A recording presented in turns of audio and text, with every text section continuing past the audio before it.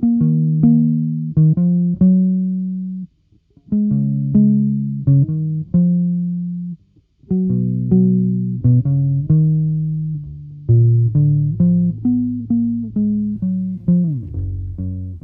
welcome once again to Stuff and Things, where I like to talk about stuff and occasionally even things. I'm your good friend Bradley, and today I'm here to show you a new bass that I just picked up recently.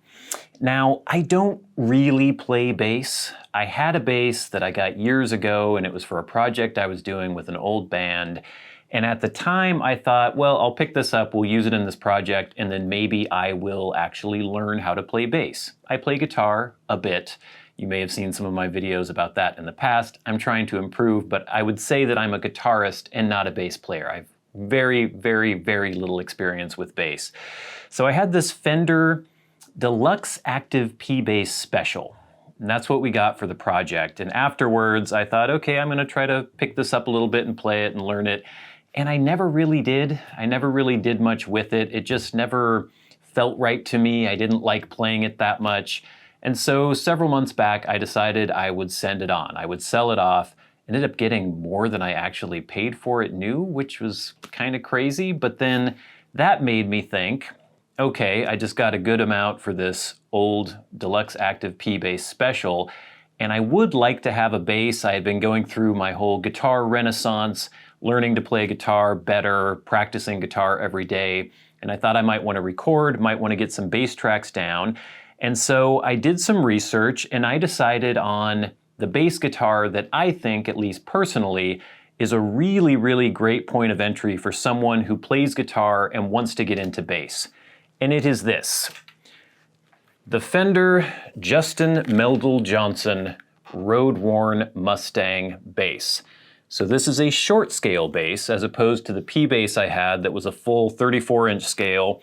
This one is 30 inches.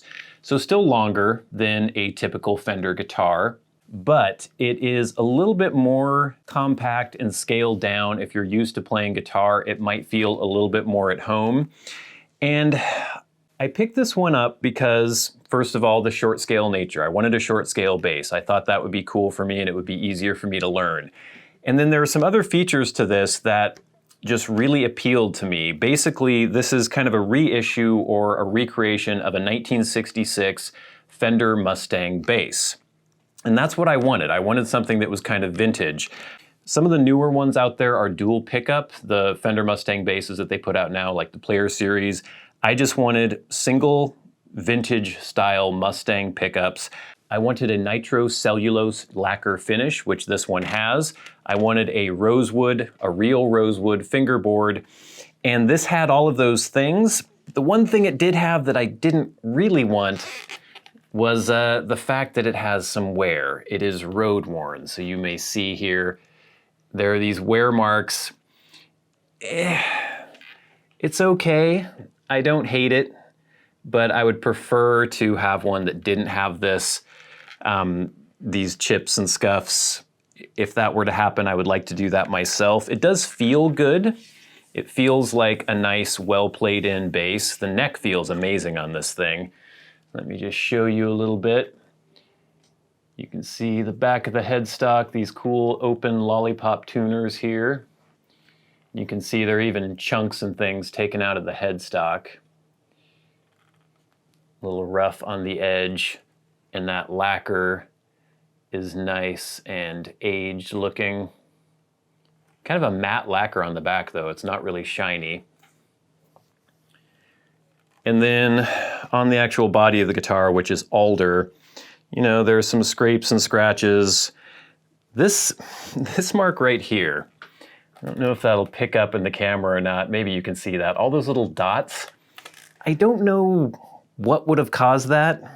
I find it kind of annoying. Like, I don't mind these wear marks here because that's a place where you might actually wear a guitar when you're playing it or a bass. But these little dots everywhere, I'm just kind of, that's fine. Whatever though, it looks good, it smells good.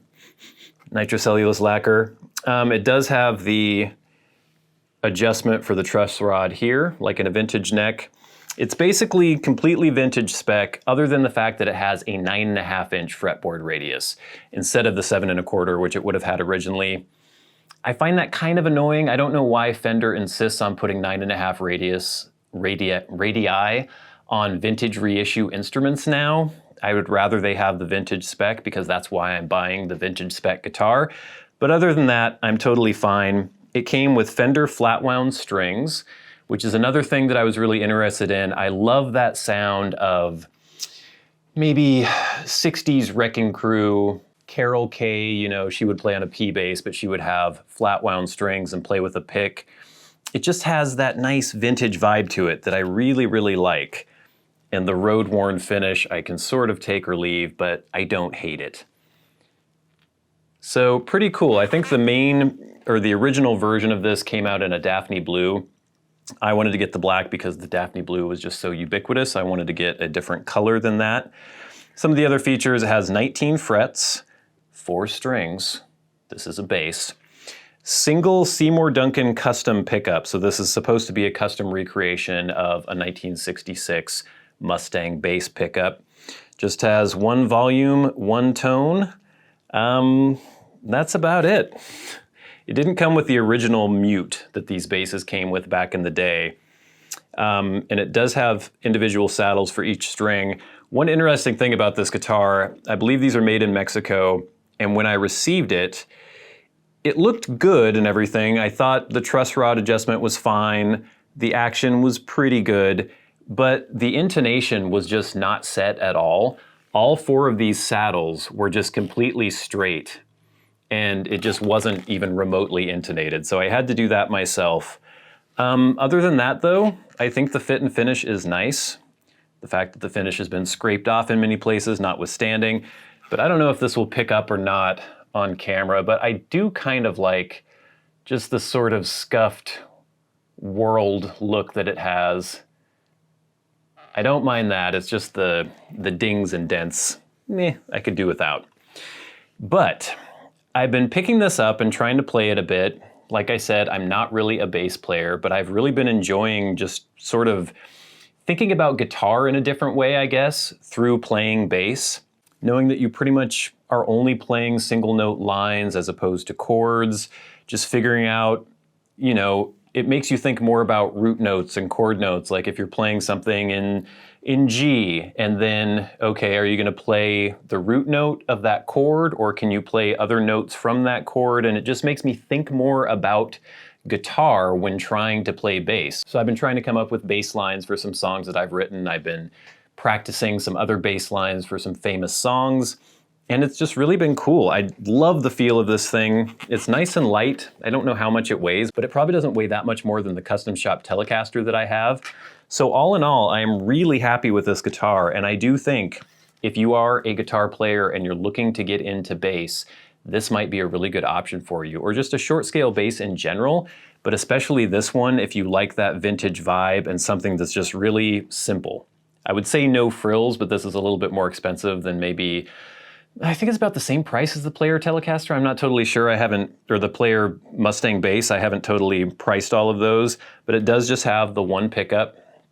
And even with that, and even though I'm not a huge connoisseur of bass sounds, it does seem like you have a pretty good punchy sound, and there's a lot of low end going on here. I've been playing, like I said, these are flat wound strings, and I'm mostly playing with a pick. Gasp, where is my pick? Because I'm a guitar player, and I'm also trying to develop skills that sort of cross over between bass and guitar. That open E, this is with the tone all the way. It's pretty growly. I'm playing this directly into my Universal Audio interface with the Ampeg amp model that they have that came free with the interface, along with a preamp and a compressor. Growly. So that's with the tone all the way. If you roll the tone all the way off, it also seems to decrease the volume quite a bit. But I typically play with the tone all the way up, volume all the way up, and I've just been sort of fooling around. So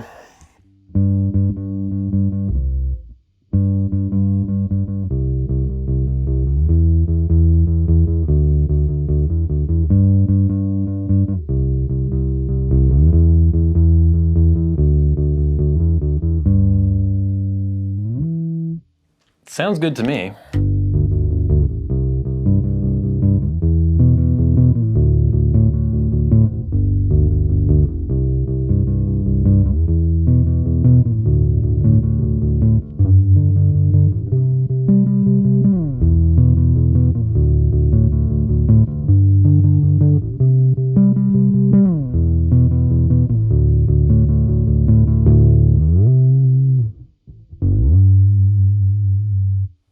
I like it. I think it sounds good. Obviously, I'm just kind of figuring out what I'm doing with bass and everything, but I'm trying a little bit to play with the fingers because that seems to be what all the purists want you to do. Again, I don't really care. There were so many amazing, famous bass lines that were recorded with the pick. Paul McCartney, Carol Kaye, as I just mentioned, many, many others. It's definitely a lot more mellow and a lot more muted sounding. It's not as bright and zingy or as punchy as with the pick, but let's see if I can even do this.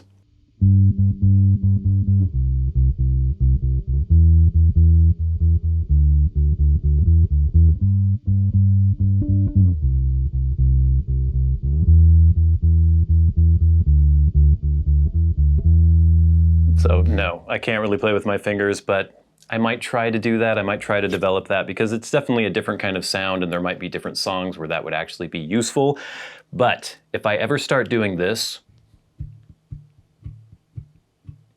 while playing bass, then just drag me out into the wilderness somewhere and leave me. Don't come looking for my body. It's fine. Just leave me out there. I hope that never happens. One thing I did want to mention, and something I've really been enjoying, is this. This is a piece of foam. And this piece of foam I have been shoving under the bridge like this to get a really cool sound that I really enjoy. Again, it's kind of that Carol Kaye, Wrecking Crew, playing with muted strings, foam mute, a pick, and flat wounds.